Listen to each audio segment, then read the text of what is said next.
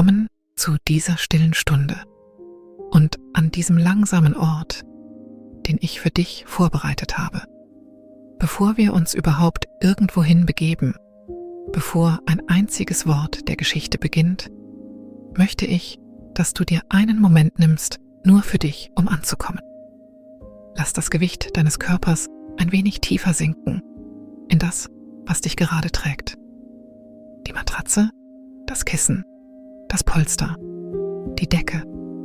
Spüre die Stellen, an denen du gehalten wirst, und lass diese Stellen ihre Arbeit tun. Du musst dich heute Nacht nicht selbst halten. Du musst heute Nacht gar nichts halten. Lass deine Schultern fallen, nur ein wenig. Lass deinen Kiefer weich werden. Lass deine Zunge am Boden deines Mundes ruhen. Lass die kleinen Muskeln rund um deine Augen still werden. Atme langsam durch die Nase ein, wenn das für dich angenehm ist. Und lass den Atem wieder hinaus, langsam und unbeeilt, durch den Mund oder die Nase, ganz wie du es magst. Und noch einmal, ein und aus. Es gibt keinen Ort, an dem du sein müsstest. Es gibt nichts zu lösen. Es wartet keine Entscheidung auf der anderen Seite dieser Geschichte auf dich. Heute Nacht wirst du einen Ort besuchen, der schwimmt.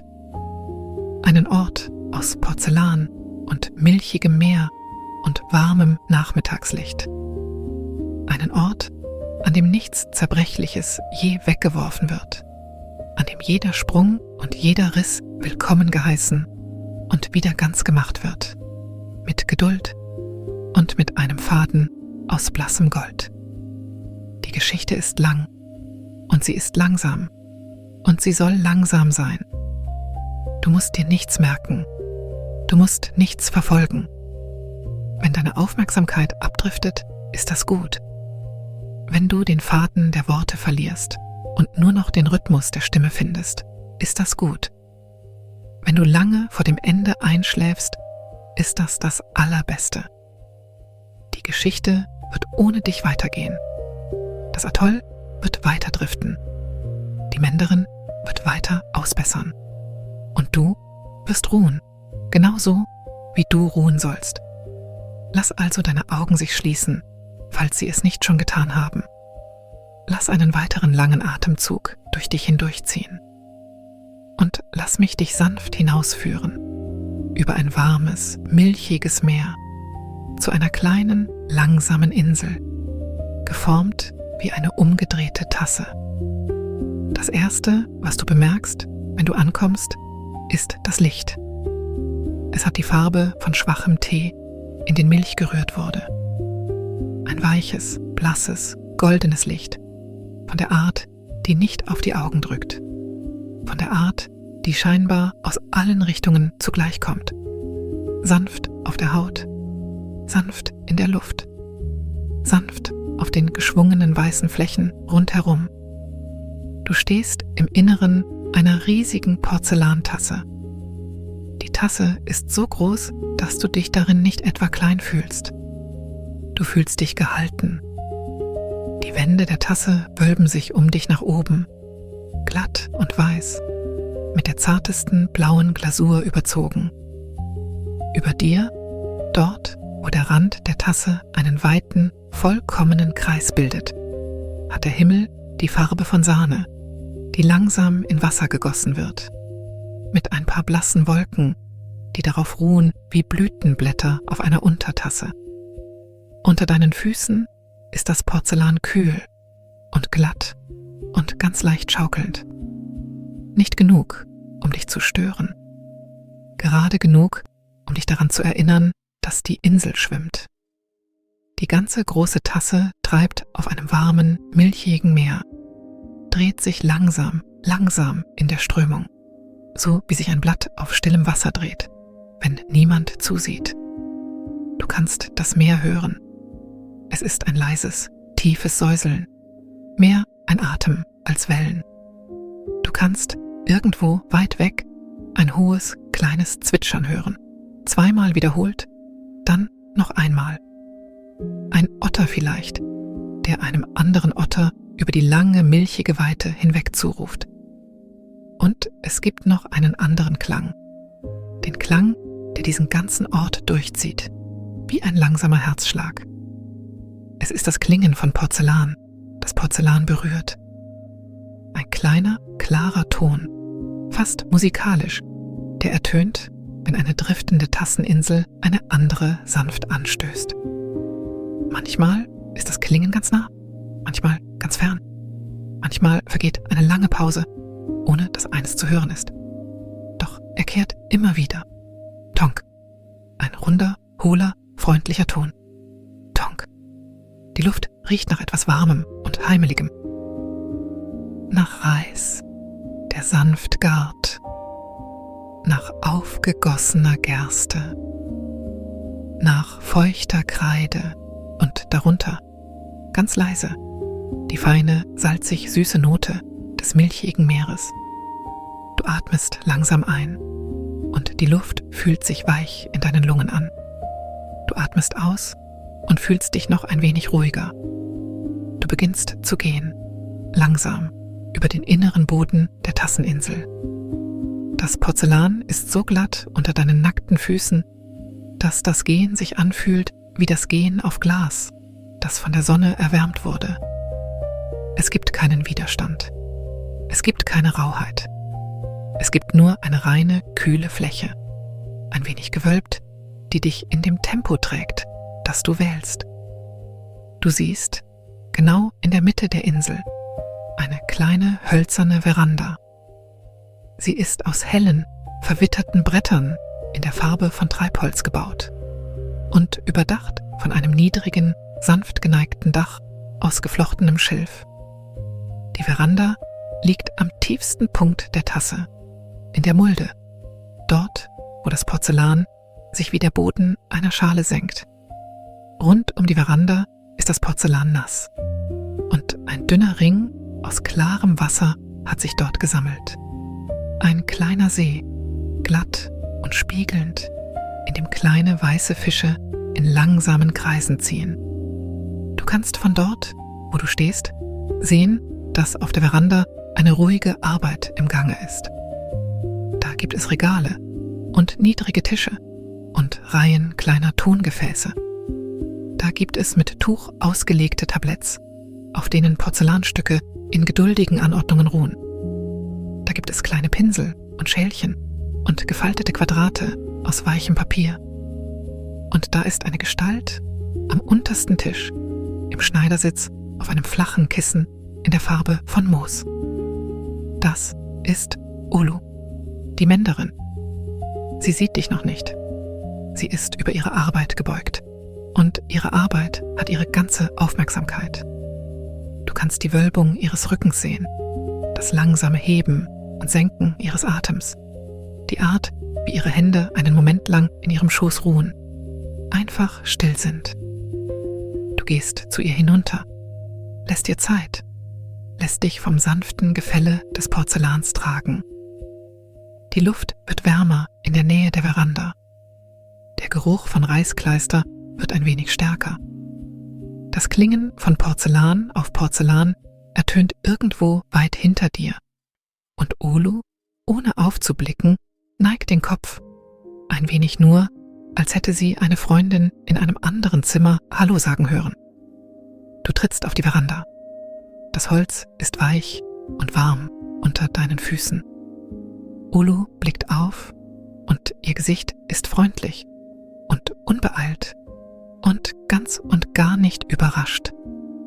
Sie nickt dir zu, ein kleines Nicken, als hätte sie dich schon eine Weile erwartet.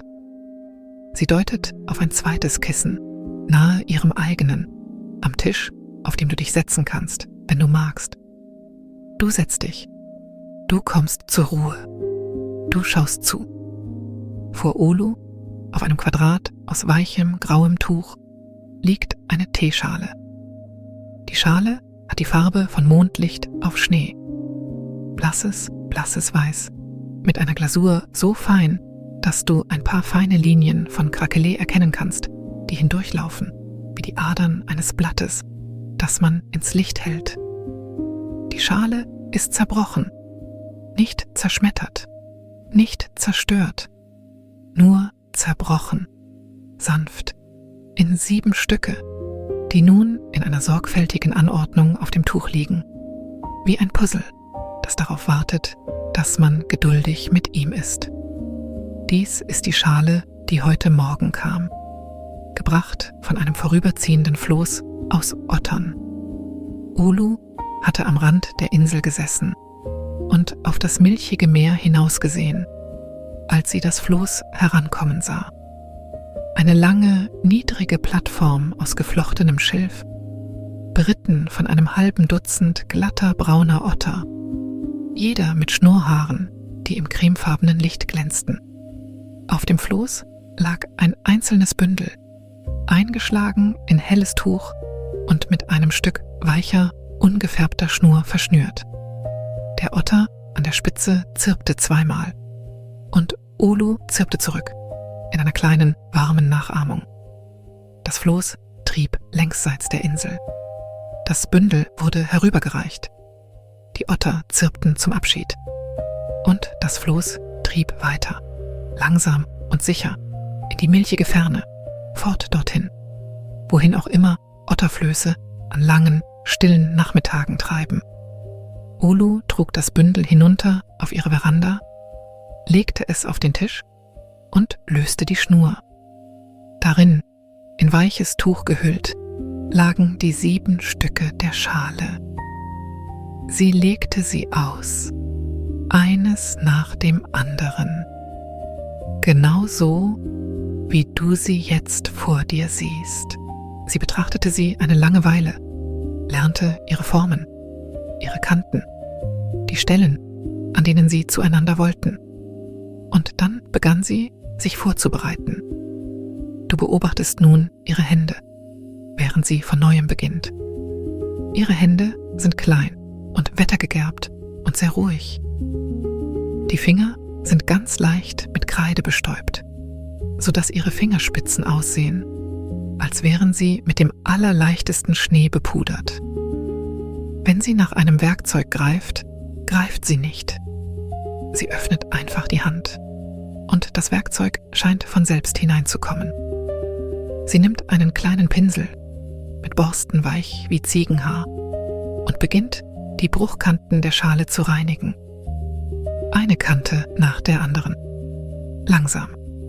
Der Pinsel streicht über das Porzellan mit einem Klang so leise, dass du ihn beinahe mehr fühlst als hörst. Ein Hauch, ein Flüstern, ein kleiner Atem. Ein wenig Staub steigt auf und legt sich wieder. Die blassen Krakelee-Linien auf der Schale fangen das milchige Licht ein. Als sie mit dem Reinigen fertig ist, legt sie den Pinsel beiseite und greift nach einer flachen Schale mit gemahlenem Muschelpulver. Das Pulver ist fein und weiß und es schimmert ein wenig, wie das Innere einer Meeresschnecke. Sie hebt eine winzige Prise zwischen Daumen und Finger und streut sie auf ein sauberes Schälchen. Sie tut dies 3-mal. 3 kleine Prisen, zusammengetragen zu einem winzigen weißen Häufchen. Dann greift sie nach dem Töpfchen mit Reiskleister. Das Töpfchen ist klein, nicht größer als ein Entenei, und es steht in einer Schale mit warmem Wasser, damit sein Inhalt geschmeidig bleibt. Ulu hebt den Deckel und eine Locke aus Dampf steigt in die milchige Luft. Der Duft von Reiskleister ist mild und vertraut, wie der Duft einer Küche, wenn etwas Sanftes auf dem Herd steht. Sie taucht einen dünnen flachen Spatel in den Kleister und hebt eine kleine Menge heraus, milchfarben, und legt sie auf das Schälchen neben das Muschelpulver. Mit einer langsamen, geduldigen Bewegung verrührt sie Kleister und Muschelpulver. Rund und rund, rund und rund. Die Mischung wird zu einer weichen, blassen Paste, der Farbe von Wolken im Morgengrauen. Wenn sie fertig ist, legt sie den Spatel an den Rand des Schälchens und faltet die Hände in ihrem Schoß. Sie schließt die Augen für einen langen, langsamen Atemzug und öffnet sie wieder. So arbeitet Ulu. Jeder Schritt hat seinen eigenen kleinen Atemzug. Jedes Werkzeug hat seine eigene kleine Ruhe.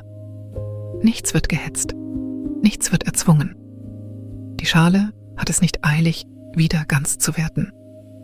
Der Nachmittag hat es nicht eilig zu enden. Sie nimmt die ersten beiden Stücke der Schale auf. 2 geschwungene Scherben, eine etwas größer als die andere, mit Kanten, die ineinander passen wie eine alte Freundschaft.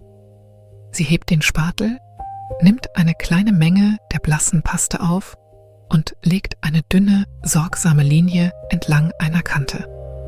Dann legt sie den Spatel ab, hebt die beiden Stücke und führt sie zusammen. Ganz langsam, bis sie sich treffen, mit einem leisen, trockenen Klick. Sie hält sie dort, sanft, atmet ruhig, während die Paste sich zu setzen beginnt. Du kannst die Linie sehen, an der die beiden Stücke einander berühren. Es ist eine feine, blasse Naht, fast unsichtbar. Sie hält die Verbindung für vielleicht 20 langsame Atemzüge. Und dann, wenn sie die Stimmigkeit darin spürt, legt sie das verbundene Stück auf das Tuch und lässt es ruhen. Du siehst zu, wie sie dies wieder tut. Und wieder. Jede Verbindung nimmt sich ihre eigene Zeit. Jede wird in ihren Händen gehalten, wie etwas Kleines, das schläft. Die blasse Paste füllt die kleinsten Lücken. Die Nähte legen sich. Die Schale, Stück für Stück, beginnt zu sich selbst zurückzukehren. Während die ersten Verbindungen aushärten, erhebt sich Olu langsam von ihrem Kissen. Sie streckt die Beine, dehnt sich ganz sanft und rollt die Schultern. Sie schenkt dir ein kleines Lächeln und deutet auf den geschwungenen Porzellanpfad, der hinauf zum Rand der Insel führt. Sie wird den Rand entlang gehen, wie jeden Nachmittag, um nach den Untertassen zu sehen, die im sanften Licht trocknen. Du erhebst dich auch und folgst ihr. Der Pfad hinauf aus der Fußmulde der Tasse ist sanft geschwungen, wie das Innere einer flachen Rampe. Du gehst barfuß auf der kühlen, glatten Glasur und du kannst durch das Porzellan hindurch das langsame, stetige Schaukeln der Insel auf dem milchigen Meer spüren. Es ist dasselbe Schaukeln, das man im Inneren eines Bootes hat, wenn das Boot verteut ist und das Wasser ruhig und der Tag nirgendwo hin muss. Olu geht vor dir her, in keiner besonderen Eile. Ihre nackten Füße machen überhaupt kein Geräusch auf der Glasur. Ihre Robe hat die Farbe von ungebleichtem Leinen, mit einer Schärpe aus weichem Braun um die Hüfte, und der Saum der Robe streift das Porzellan mit einem leisen, raschelnden Klang, wie trockener Reis in einer Papiertüte. Am Rand der Insel hebt sich das Porzellan zu einer breiten, sanft gerundeten Kante. Du kannst dich auf diese Kante setzen, wenn du magst, und über das milchige Meer hinausblicken. Aber zuerst möchte Olu nach den Untertassen sehen. Sie sind in langen Reihen entlang der Innenseite des Randes ausgelegt. Dutzende von ihnen. Kleine Untertassen, große Untertassen, tiefe Untertassen, flache Untertassen. Einige weiß, einige blassblau, einige in dem sanften Elfenbeinton alten Papiers. Jede einzelne ist irgendwann einmal geflickt worden und jede trägt ihre Flickung in einer dünnen, leuchtenden Linie aus blassem Gold. Wenn das milchige Licht diese goldenen Nähte einfängt, schimmern sie, nur ein wenig, und die Untertassen scheinen zu lächeln, auf die sanfte Weise, wie geflickte Dinge lächeln. Die Untertassen trocknen. Sie sind mit Meerwasser gewaschen worden und mit Süßwasser gespült und ausgelegt, damit das warme Licht ihnen die letzte Feuchtigkeit nimmt. Olu geht langsam an den Reihen entlang und berührt jede Untertasse, leicht, mit dem Handrücken, um nach einer Spur von Nässe zu fühlen. Trocken, trocken, trocken, fast trocken, trocken, trocken. Wenn sie eine findet, die fast trocken ist, dreht sie sanft eine Vierteldrehung, damit die Unterseite das Licht einfangen kann. Sie tut das, ohne darüber nachzudenken. Ihre Hand dreht sich einfach und die Untertasse dreht sich einfach und die Arbeit ist getan. Du gehst ein wenig hinter ihr her und siehst zu. Du kannst weit draußen über dem milchigen Meer das Klingen hören, wenn eine Porzellaninsel eine andere streift. Tonk, ein klarer, runder, freundlicher Ton. Näher kannst du das leise Zirpen spielender Otter hören.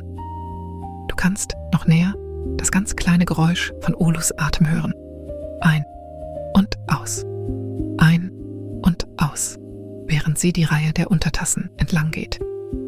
Am Ende der Reihe gelangst du an eine Stelle, an der sich der Rand der Insel ein wenig tiefer senkt als anderswo.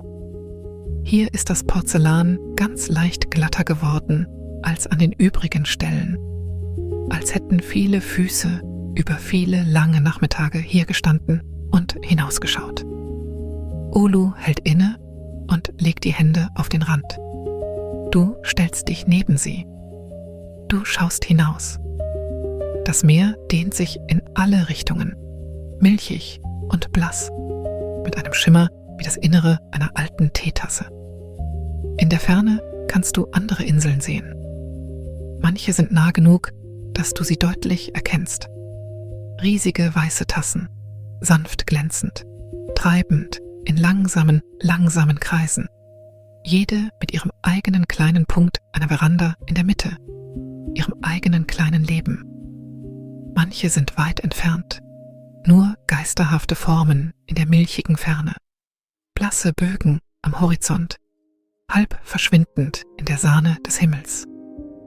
Und hier und dort, zwischen den Inseln, kannst du die kleinen Kielwasser von Otterflößen sehen. Lange, niedrige Linien aus geflochtenem Schilf, die sich mit geduldiger Absicht über die langsamen Strömungen bewegen. Du siehst die dunklen, geschmeidigen Gestalten der Otter an Bord. Und dann und wann treibt ein kleines Zirpen über das Wasser zu dir herüber, leicht wie eine Feder. Olu beobachtet all das mit dem ruhigen, gesetzten Ausdruck eines Menschen, der es sehr lange beobachtet hat und des Beobachtens nicht müde ist. Nach einer kleinen Weile dreht sie sich um und beginnt, am Rand entlang zurückzugehen. Und du drehst dich mit ihr und gehst ebenfalls zurück. Auf dem Weg hinab zur Veranda hält sie an, um in den kleinen Teich zu schauen, der sich in der Fußmulde der Insel gesammelt hat. Dort, wo die kleinen weißen Fische leben. Sie kauert sich an den Rand des Teichs. Und du kauerst dich ebenfalls hin. Die Fische sind nicht länger als ein Finger. Und sie tragen überhaupt keine Zeichnung. Nur einen reinen, weichen, perlfarbenen Körper, der ein wenig im milchigen Licht flimmert. Olu greift in einen kleinen Beutel an ihrer Schärpe und holt ein paar Krümel hervor, die wie getrockneter Gerstenkuchen aussehen. Sie lässt die Krümel einen nach dem anderen auf die Oberfläche des Teichs fallen.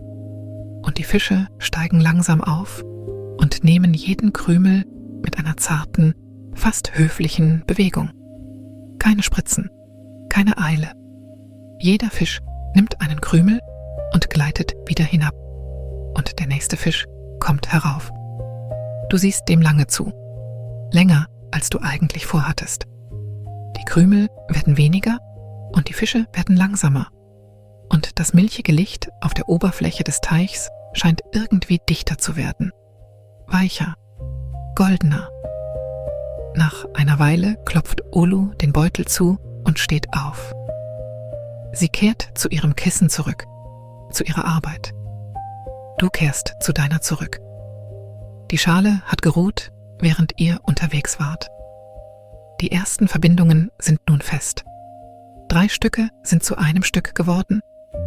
2 weitere Stücke sind zu einem Stück geworden. Auf dem Tuch vor ihr liegen jetzt 3 kleine Gefüge statt 7 einzelner Scherben.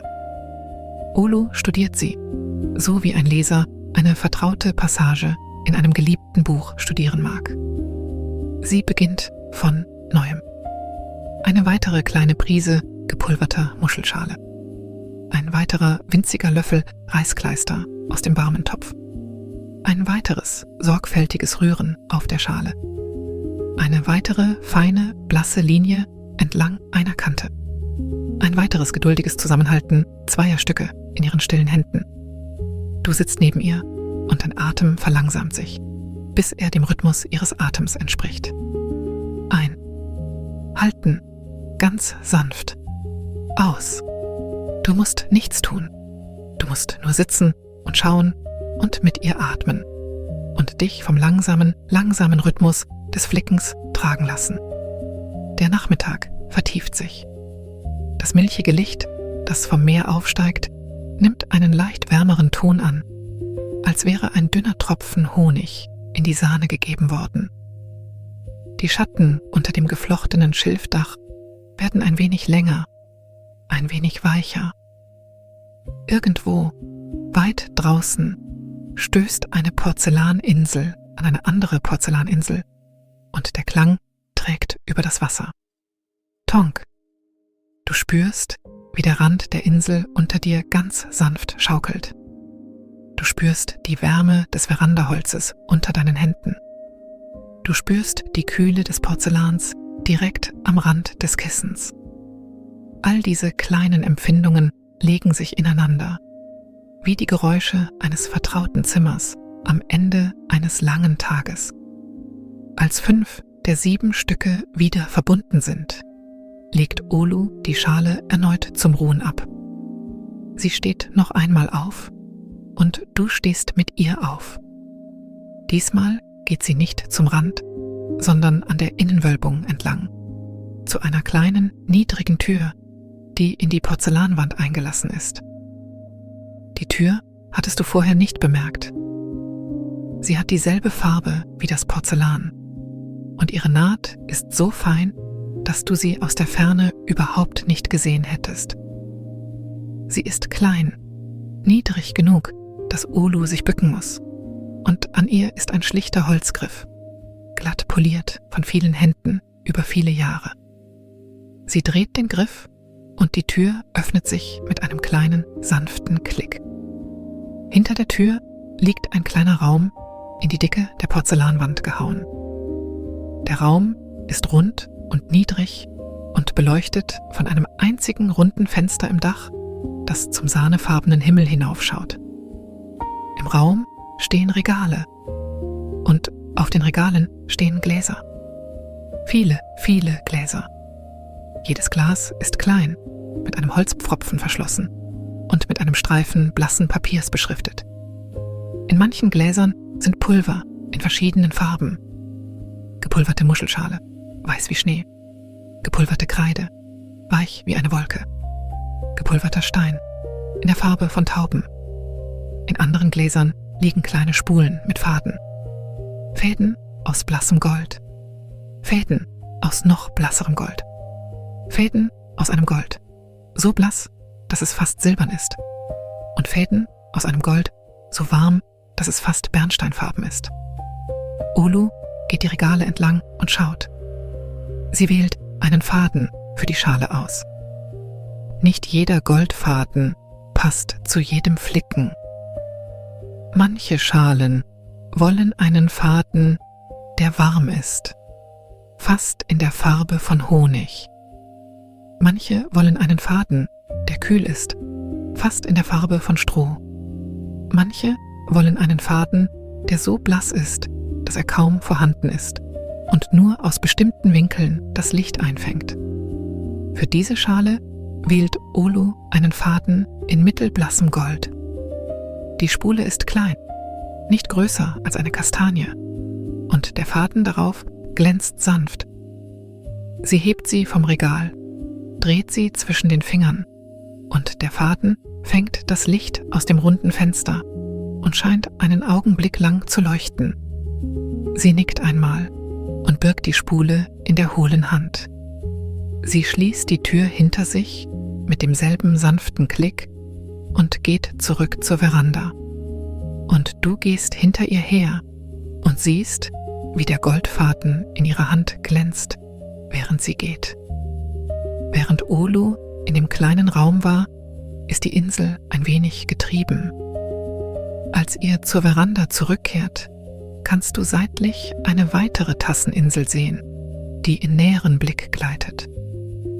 Sie ist etwas kleiner als Olus, mit einer blasseren Glasur, fast in der Farbe von Milchhaut. Auf ihrer Veranda kannst du eine andere Gestalt sehen, in ein Gewand gekleidet, das Olus sehr ähnlich ist, jedoch mit einer Schärpe aus weichem Grau statt aus weichem Braun. Das ist Olus Nachbarin für diesen Moment. Die beiden sind schon viele Male Nachbarinnen gewesen, wenn die Strömungen ihre Inseln zusammenbringen. Sie sind alte, sanfte Freundinnen, auf die Art, wie treibende Menschen Freundinnen sein können, ohne viel zu sprechen. Olu legt ihre Garnspule behutsam auf den Tisch, neben die ruhende Schale, und geht zum Rand ihrer Insel. Der Nachbar geht zum Rand seiner. Die beiden Inseln treiben langsam, langsam aufeinander zu, wie zwei Boote, die von einer sanften Strömung leise zusammengeschoben werden. Wenn die Ränder nah genug sind, hörst du es. Tonk. Ein weicher, runder, freundlicher Klang, wenn eine Porzellankante die andere streift. Die Inseln kommen zur Ruhe, Seite an Seite, einen Moment lang nur durch die Geduld der Strömung zusammengehalten. Olu greift in eine kleine Tasche ihres Gewandes und holt einen glatten, dunklen Kiesel hervor. Er hat die Farbe feuchter Erde und ist geformt, fast vollkommen, wie ein kleines Ei. Sie trägt ihn schon ein paar Tage bei sich, poliert ihn manchmal mit dem Daumen, während sie bei ihrer Arbeit sitzt. Der Nachbar greift in seine Schärpe und holt seine eigene Gabe hervor. Einen kleinen, hellen, polierten Kiesel, von der Farbe verwitterten Knochens, glatt wie ein Sorgenstein. Sie lehnen sich über die zusammengefügten Ränder und tauschen die Kiesel. Olus dunkler Kiesel geht zum Nachbarn. Der helle Kiesel des Nachbarn geht zu Olu. Sie neigen einander die Köpfe, ganz leicht, und lächeln, ganz leicht. Keine Worte werden gesprochen. Es braucht keine. Du siehst, wie Olu den neuen hellen Kiesel in ihre Tasche steckt, wo er ein winziges, tröstliches Gewicht an ihrer Hüfte bildet. Der Nachbar dreht den dunklen Kiesel in seine Handfläche, bewundert, wie er das weiche, milchige Licht einfängt und verstaut ihn in seiner Schärpe. Nach einem weiteren stillen Augenblick, den sie zusammen am Rand stehen, treten die beiden zurück. Die Strömung verschiebt sich, nur ein wenig. Die Insel des Nachbarn beginnt langsam fortzutreiben. Tonk, sagt das Porzellan, ein letztes Mal, als die Ränder sich trennen. Tonk. Und dann ist da das sanfte Rauschen milchiger See zwischen ihnen, das langsam, langsam breiter wird, während die Inseln weiterziehen. Olu sieht der Insel ihres Nachbarn eine Weile nach, bis die Gestalt darauf zurück auf ihre eigene Veranda gegangen und sich über ihre eigene Arbeit gebeugt hat. Dann wendet sie sich um, kommt zurück zu ihrem Kissen, setzt sich, atmet und legt die Hand auf ihre Tasche, in der neue, helle Kiesel liegt. Sie nimmt die Schale wieder auf. 5 Stücke sind nun verbunden, 2 bleiben noch. Die Schale ist fast ganz. Sie bereitet eine weitere kleine Prise Muschelpulver vor. Eine weitere kleine Kelle warmen Reisleims. Ein weiteres sorgfältiges Rühren auf dem Schälchen. Ihre Hände bewegen sich mit derselben stillen Gewissheit wie zuvor. Der Kreidestaub auf ihren Fingerspitzen hat sich tiefer in die Linien ihrer Haut gesetzt. Sie fügt das 6. Stück an. Langsam, behutsam. Sie hält die Fuge für die Dauer von 20 sanften Atemzügen und stellt dann die Schale zum Ruhen ab. Sie fügt das 7. Stück an. noch langsamer, noch behutsamer. Dieses letzte Stück ist das kleinste, nicht größer als ihre Daumenspitze. Eine kleine Wölbung, die die Wölbung der Schale vollendet. Sie legt die feine, helle Linie aus Paste an seine Kante. Sie hebt es zwischen 2 Fingern. Sie senkt es mit der Geduld einer fallenden Feder an seinen Platz. Klick. So leise, dieses Klick, dass du es nur spürst, nicht hörst. Sie hält die Schale, sanft, in beiden Händen, einen langen, langen Atemzug lang. Und dann stellt sie ab. Die Schale ist ganz. Die hellen Nähte sind fast unsichtbar. Wüsstest du nicht, dass sie zerbrochen war? Du sähest es vielleicht nicht. Du sähest vielleicht nur hier und da ein feines, helles Krakelé in der Glasur und hieltest es für das natürliche Muster des Porzellans. Aber Olu weiß es. Und nun werden die Nähte sanft, liebevoll mit Gold gezeichnet. Sie greift nach der kleinen Spule mit hellem Goldfaden. Sie wickelt eine Länge davon ab, länger als ihre Hand, und schneidet sie mit einer winzigen Schere ab, die auf dem Tuch liegt. Der Faden, von der Spule befreit, liegt in einer weichen Locke, schimmernd. Sie nimmt einen kleinen, schlanken Pinsel, taucht ihn in ein winziges Töpfchen, klaren, goldenen Lack und beginnt, sehr behutsam, entlang der Nähte der Schale zu malen. Wo die Paste die Stücke verband, legt sie nun eine feine Linie aus goldenem Lack, so dünn wie ein einzelnes Haar. Dann, solange der Lack noch weich ist, drückt sie den hellen Goldfaden entlang der Linie, ganz sanft, sodass der Faden in den Lack einsinkt und eins mit ihm wird. Das tut sie, langsam, entlang der ersten Naht. Wenn sie fertig ist diese Naht nicht mehr hell und fast unsichtbar. Sie ist eine stille, glühende Linie aus Gold, die der Wölbung der Schale folgt, wie eine Erinnerung daran, wie die Schale wieder zusammenfand. Sie tut dasselbe mit der zweiten Naht und der dritten und der vierten und der fünften und der sechsten und der siebten, der kleinsten, der zartesten, dort, wo die Spitze des daumengroßen Stücks ihre Nachbarn in einer winzigen goldenen Schleife trifft. Als alle Nähte in Gold gelegt sind, lehnt sich Olu auf ihrem Kissen zurück, legt die Hände in den Schoß und betrachtet die Schale. Du betrachtest sie auch. Die Schale ist schöner, als sie es vor dem Bruch war. Die helle Glasur, das feine Krakelé, die weiche weiße Wölbung. Alles ist da, ganz wie zuvor.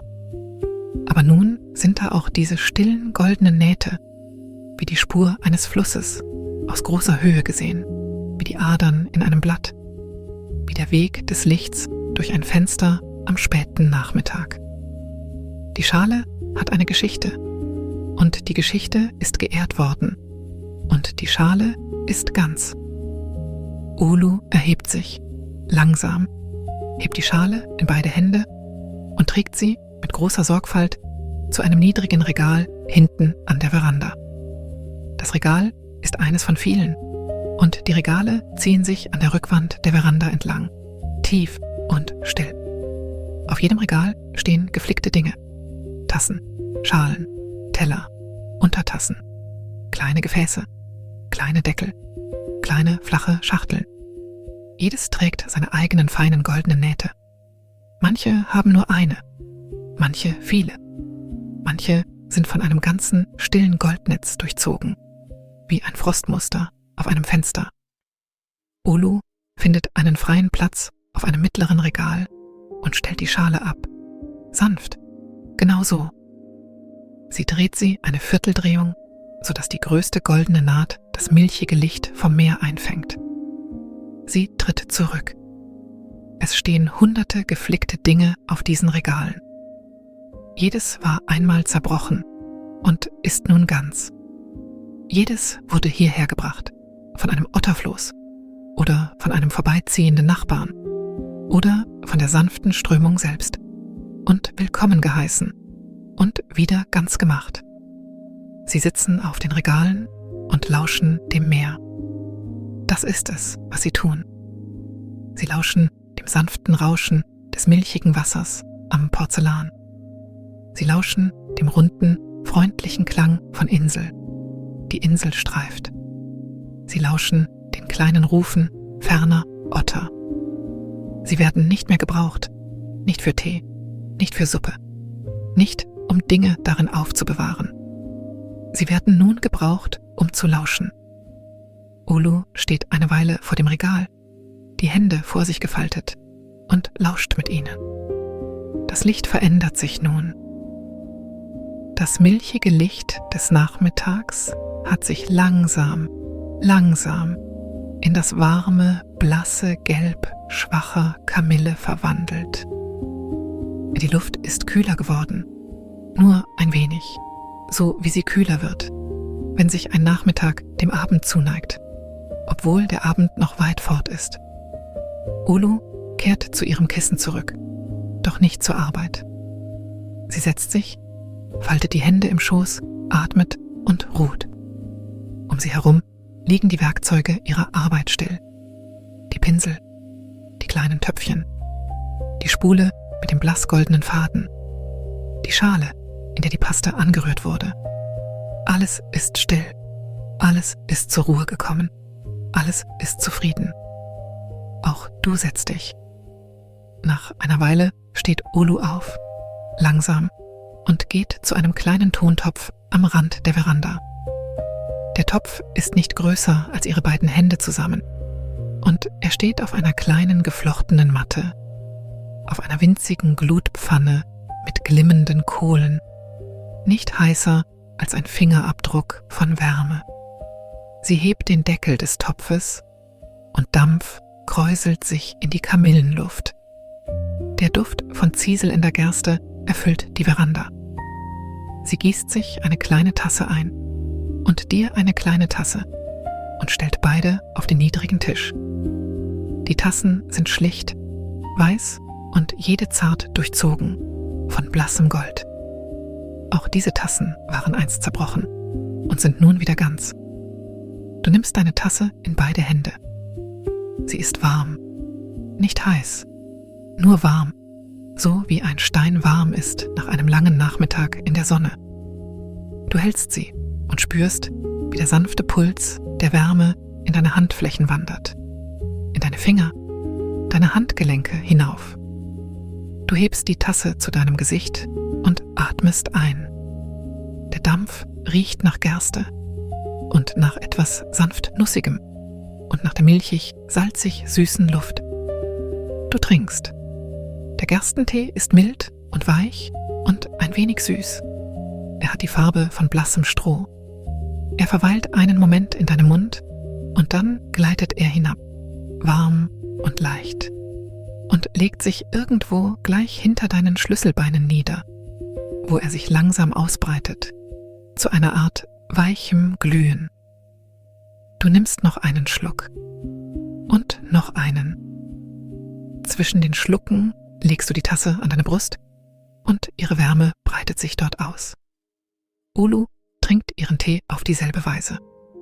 Langsame Schlucke, lange Ruhepausen, die Hände um die Tasse gefaltet, als wäre die Tasse ein kleines, geliebtes Tier. Ihr beide trinkt euren Tee zusammen in vertrauter Stille. Und die Stille ist nicht leer. Die Stille ist erfüllt vom Rauschen des Meeres und vom Zirpen ferner Ottern und vom runden, fernen Klingen von Porzellan auf Porzellan und vom kleinen, weichen Knarren des geflochtenen Schilfdachs, wenn die Insel sich wiegt. Als die Tassen leer sind, sammelt Olu sie ein, spült sie in einer kleinen Schale mit frischem Wasser und stellt sie auf einem sauberen Tuch verkehrt herum zum Trocknen ab. Den Gerstentopf deckt sie wieder zu und die kleine Glutpfanne dämpft sie mit einer Prise Sand, bis nur noch die zarteste Wärme bleibt. Das Licht ist inzwischen eine Spur tiefer geworden. Der Kamillenton hat sich leicht in die Farbe von langsam gegossenem Honig verdunkelt. Die Schatten unter dem geflochtenen Schilfdach sind lang und sanft und die Porzellanwände der Insel leuchten weich, als gäben sie selbst ein stilles Licht ab. Olu geht, noch einmal, langsam, zum Rand der Insel und du gehst mit ihr. Ihr steht beide zusammen an der abgenutzten Stelle, wo schon viele Füße gestanden haben, und schaut hinaus über das langsame, milchige Meer. Die anderen Tasseninseln, nah und fern, sind vom selben honigfarbenen Licht berührt. Sie leuchten, ganz schwach, vor dem Cremeweiß des Himmels. Eine von ihnen, weit draußen, treibt so langsam, dass du nicht sagen kannst, ob sie sich überhaupt bewegt oder einfach ruht. Vielleicht beides. Olu legt ihre Hand auf den Rand. Du legst deine Hand ebenfalls auf den Rand. Das Porzellan ist kühl und glatt und ganz, ganz leicht warm dort, wo das honigfarbene Licht es berührt hat. Du kannst durch deine Handfläche das stetige, langsame Wiegen der Insel spüren und durch dieses hindurch den stetigen, langsamen Rhythmus des milchigen Meeres. Du fühlst in diesem Augenblick, dass du Teil dieses Wiegens bist, dass der Atem in deiner Brust sich im Takt mit dem Atem der Insel bewegt und dem Atem des Meeres und dem Atem des Himmels, dass du gar nichts zu tun hast, außer hier zu sein, atmend mit all dem ein und aus, ein und aus. Nach einer Weile dreht sich Olu um und geht langsam zurück zur Veranda hinunter. Du folgst ihr. Es gibt noch eine kleine Aufgabe, bevor der Tag vollendet ist. Olu geht an den Reihen der Reparaturregale entlang, mit einem kleinen, weichen Tuch in der Hand und berührt jedes Regal, leicht. Sie putzt nicht wirklich. Es gibt keinen Staub, der Rede wert wäre. Sie ist eher wie eine Bibliothekarin, die ihren Büchern Gute Nacht sagt. Oder eine Gärtnerin, die ihren Pflanzen Gute Nacht sagt. Eine kleine Berührung, hier und da. Ein kleines Innehalten, ein kleines Nicken. Als sie das Regal erreicht, auf dem nun die Schale vom heutigen Morgen steht, hält sie inne, legt ihr Tuch auf das Regal und schaut die Schale an. Das honigfarbene Licht fängt sich in den goldenen Nähten und die Nähte leuchten, weich wie die Glut eines Feuers, gesehen durch einen dünnen Papierschirm. Olu lächelt. Ein kleines Lächeln. Ein zufriedenes Lächeln. Das Lächeln von jemandem, der eine kleine, gute Sache langsam und gut vollbracht hat und der zufrieden ist. Sie geht weiter an den Regalen entlang. Du bleibst einen Moment stehen und schaust die Schale an. Dann gehst auch du weiter und folgst ihr zurück zum Kissen. Diesmal setzt sie sich nicht wieder.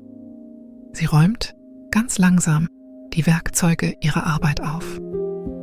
Die Pinsel legt sie in einen kleinen Bambushalter. Die kleinen Töpfchen verschließt sie und stellt sie in einer Reihe ab. Die Spule mit dem blassgoldenen Faden bringt sie später zurück in ihr Glasgefäß im kleinen Raum hinter der Tür. Die Schale, in der die Paste angerührt wurde, spült sie aus, trocknet sie ab und stapelt sie auf einem kleinen Regal. Das Tuch faltet sie 3-mal und legt es als ordentliches Quadrat auf den Tisch. Als alles an seinem Platz ist, bleibt sie einen Moment stehen und schaut auf den Tisch und auf das Tuch und auf das leere Kissen und auf die langen, stillen Regale hinter sich. Sie macht die kleinste Verbeugung, nur ein leichtes Senken des Kopfes, als bedankte sie sich bei der Veranda für den Tag. Und dann richtet sie sich auf und atmet. Und der Tag ist auf eine stille Weise vollendet. Sie deutet dir sanft mit einer Geste und ihr geht zusammen zu einer niedrigen Plattform am Rand der Veranda, wo ein weiches Bettlager ausgebreitet ist, mit einer gefalteten Decke in der Farbe von Tauben. Das ist für dich. Das Bettlager ist gefüllt mit etwas Weichem und Warmem und leicht Federndem, wie getrocknetes Gras oder rohe Wolle. Der Bezug ist ein sauberes, glattes Tuch, das ganz schwach nach Gerste riecht. Das Kissen ist klein und rund, gestopft mit etwas, das noch weicher ist als das Bettlager. Du lässt dich langsam auf das Bettlager nieder. Das Bettlager nimmt dich sanft auf. Das Kissen empfängt das Gewicht deines Kopfes und findet die richtige Form für dich. Die Decke legt sich über dich, leicht wie die Wölbung einer Hand. Olu kniet einen Augenblick neben dir nieder und legt ihre Hand leicht auf den Rand der Decke nahe deiner Schulter, ohne dich zu berühren. Sie ruht ihre Hand nur dort, so wie man eine Hand auf den Rand des Körbchens eines schlafenden Wesens legen würde.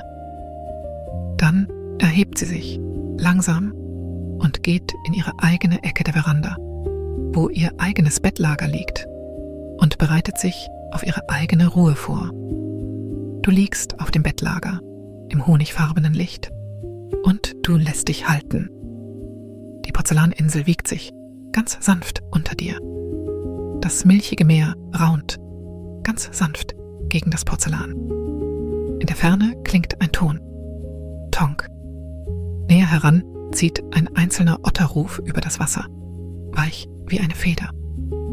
Der Duft von Gerste und Reiskleister und salzig süßer Luft legt sich um dich wie eine Decke in der Decke.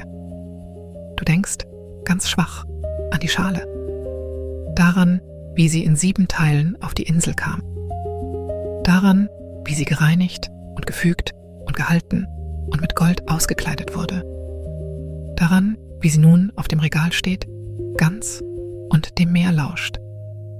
Du denkst daran, wie das Gold das Licht einfängt. Du denkst daran, wie jede Naht leuchtet. Du denkst an die kleinen blassen Fische im Fußbecken, die langsam ihre Kreise ziehen. Du denkst an die Otter auf dem Floß, wie sie zum Abschied zirpen und weitertreiben. Du denkst an den dunklen Kiesel, der über den Rand gereicht wurde, und an den hellen Kiesel, der zurückkam. Du denkst daran, wie jedes Ding zu seiner eigenen kleinen Zeit getan wurde, ohne Eile, und wie gar nichts vergeudet war. Du denkst an die Schälchen, die am Rand trocknen. Trocken, trocken, fast trocken, trocken. Du denkst an Olus Hände, mit Kreide bestäubt, ruhig, sicher. Du denkst daran, wie sie ihre Hand öffnete und das Werkzeug in sie hineinfand. Du denkst an das Lächeln, das sie der geflickten Schale schenkte. Du denkst an das langsame Wiegen. Ein und aus. Ein und aus. Das honigfarbene Licht verblasst nun zu der weichen, warmen Farbe einer alten Lampe, gesehen durch Papier. Die Schatten sind sanft. Die Regale der geflickten Dinge sind still. Tonk, sagt das Meer. Tonk. Du darfst die Worte jetzt loslassen. Du darfst die Bilder loslassen. Du darfst die Schale und die Veranda und das milchige Meer und die sanften Inseln in die weiche, warme Ferne treiben lassen. So wie die Inseln treiben, langsam auf der Strömung, voneinander fort, in die große, blasse Stille hinein. Du musst nichts davon festhalten. Du musst dich an nichts davon erinnern. Das Atoll geht weiter, auch ohne dich. Ulu flickt weiter, auch ohne dich. Die Otter zirpen weiter, auch ohne dich. Die Regale lauschen weiter, auch ohne dich. Du bist nur hier, um zu ruhen. Das Wiegen ist langsam. Das Wiegen ist sanft. Das Wiegen ist gütig. Du atmest ein, du atmest aus. Das Raunen des Meeres ist weich. Das Raunen des Meeres ist lang. Das Raunen des Meeres ist endlos. Du atmest ein, du atmest aus. Tonk. Ein kleiner, runder, ferner Klang. Du atmest. Das Licht hat die Farbe schwacher Kamille. Das Licht hat die Farbe von Honig. Das Licht hat die Farbe einer Lampe, gesehen durch Papier. Das Licht wird weicher. Das Licht wird weicher. Und du atmest. Die Decke ist warm. Das Kissen ist weich. Das Porzellan wiegt sich. Du bist gehalten. Du bist ganz. Du lauschest. Du ruhst. Das Meer geht weiter. Das Atoll treibt. Tonk, Tonk. Schlafe nun. Schlafe und treibe und Ruhe. Schlafe.